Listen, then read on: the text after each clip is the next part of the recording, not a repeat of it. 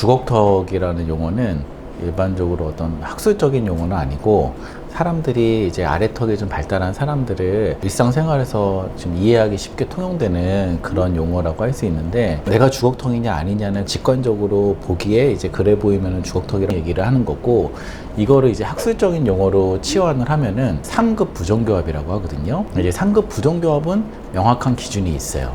자가진단으로 할 수 있는 건 사실은 아니고, 병원에 와서 이제 엑스레이를 찍어 보면은 위턱과 아래턱의 어떤 길이 차이에서 오는 어떤 각도를 재는 게 있고, 그리고 턱의 길이도 실질적으로 계측할 수가 있거든요. 그런 프로그램을 돌려보면은 3급 부정교합이다 아니다, 이거는 명확하게 기준에 따라서 판명을 할 수가 있습니다. 그래서 3급 부정교합인 경우에 보통 이제 주걱턱의 경우가 많은 거죠. 그래서 이거를 보기에 그냥 주걱턱인 거를 알 수는 있지만 정확하게 자가진단을 할 수 있는 어떤 마땅한 근거는 부족하고, 근데 이제 굳이 이거를 내가 주걱턱 경향이 있는지 대략적으로 알 수 있는 어떤 기준은 치아를 보고 판단할 수 있어요. 스컬 구조를 보고 말씀을 드리면, 정상적으로 물릴 때는 윗니가 아랫니보다 앞에 이렇게 물리는 게 정상인데, 우리가 소위 주걱턱이다 하면은 아래턱 자체가 이렇게 나와 있는 걸 말하거든요. 윗니보다 아랫니가 이렇게 나와 있는 경우, 옆에서 봤을 때 이런 경우를 이제 주걱턱이라고 해요. 그래서 치아를 꽉 물었을 때 윗니가 아랫니보다 1, 2mm 확실히 앞에 있다, 그러면 이제 주걱턱의 가능성이 상대적으로 적고, 아니면 앞니끼리 물린다든지 아니면 조금 더 아랫니가 나왔다 든지 이러면은 주걱턱 경향이 있다, 이렇게 판단해 볼 수 있죠. 근데 굳이 자가 진단할 만한 게 있다 하면은 치아를 가지고 내가 반대교합이냐 아니냐 이거를 보고서는 주걱턱 경향이 있을 가능성이 높다 아니다, 이렇게를 설명드릴 수 있을 것 같아요. 분류가 명확히 이제 어떤 기준에 의해서 학술적으로도 나뉘진 않고, 그냥 이제 정도가 심한 경우에는 3급 부정교합이라고 하고, 마일드한 경우에는 이제 마일드 부정교합이라고 하지만, 그거는 이제 어떤 의사가 자기의 어떤 기준에 따라서 치료가 난이도가 높을수록 또 그렇게 얘기할 수도 있고, 그렇게 나뉘는 거지, 어떤 명확한 어떤 기준에 따라서 더 심하다 적다 이렇게 나누는 어떤 기준은 마땅하진 않습니다. 이거를 접근하는 방법은 수술을 하는 방법이 있을 수 있고, 아니면 이제 교정으로 해결하는 방법이 있을 수 있는데, 수술은 치아를 넣는 게 아니고 턱을 아예 잘라가지고 턱 자체를 넣는 거거든요.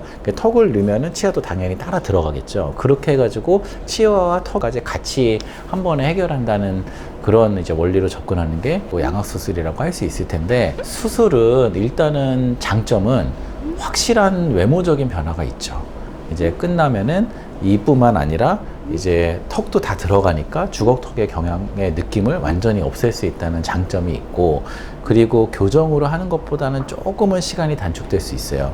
그러니까 이제 일반적으로 비수술 주걱턱 교정을 한다 그럼 정도에 따라 다르겠지만 보통 1년 반 2년 걸릴 수 있는데, 수술은 대부분 한 1년 정도면 마무리할 수도 있거든요. 케이스 바이 케이스지만, 그러니까 한 6개월 정도의 차이가 날 수 있다, 이제 이런 게 있고, 그런데 이제 단점은 수술을 한다는 것 자체가 단점이죠. 이거는 작은 수술이 아니고 전신 마취를 해서 하는 이제 큰 수술, 양악 수술인데다가 이제 입원도 한 2, 3일 정도는 해야 되고, 그리고 완전히 정상적으로 회복돼서 일상생활을 하는데 보통 4주는 걸리거든요.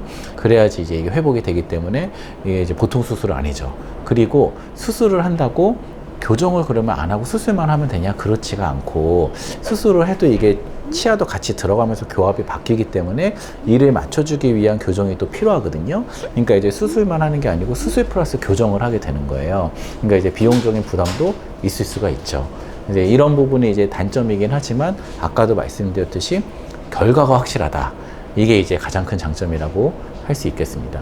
반대로 얘기하자면은, 장점은 수술을 안 해도 기능적으로 교합을 맞출 수 있다, 이제 이게 장점이 되겠고, 수술보다는 개선이 미약하더라도 조금 더 자연스러운 변화를 갖고 있는 게 장점이죠.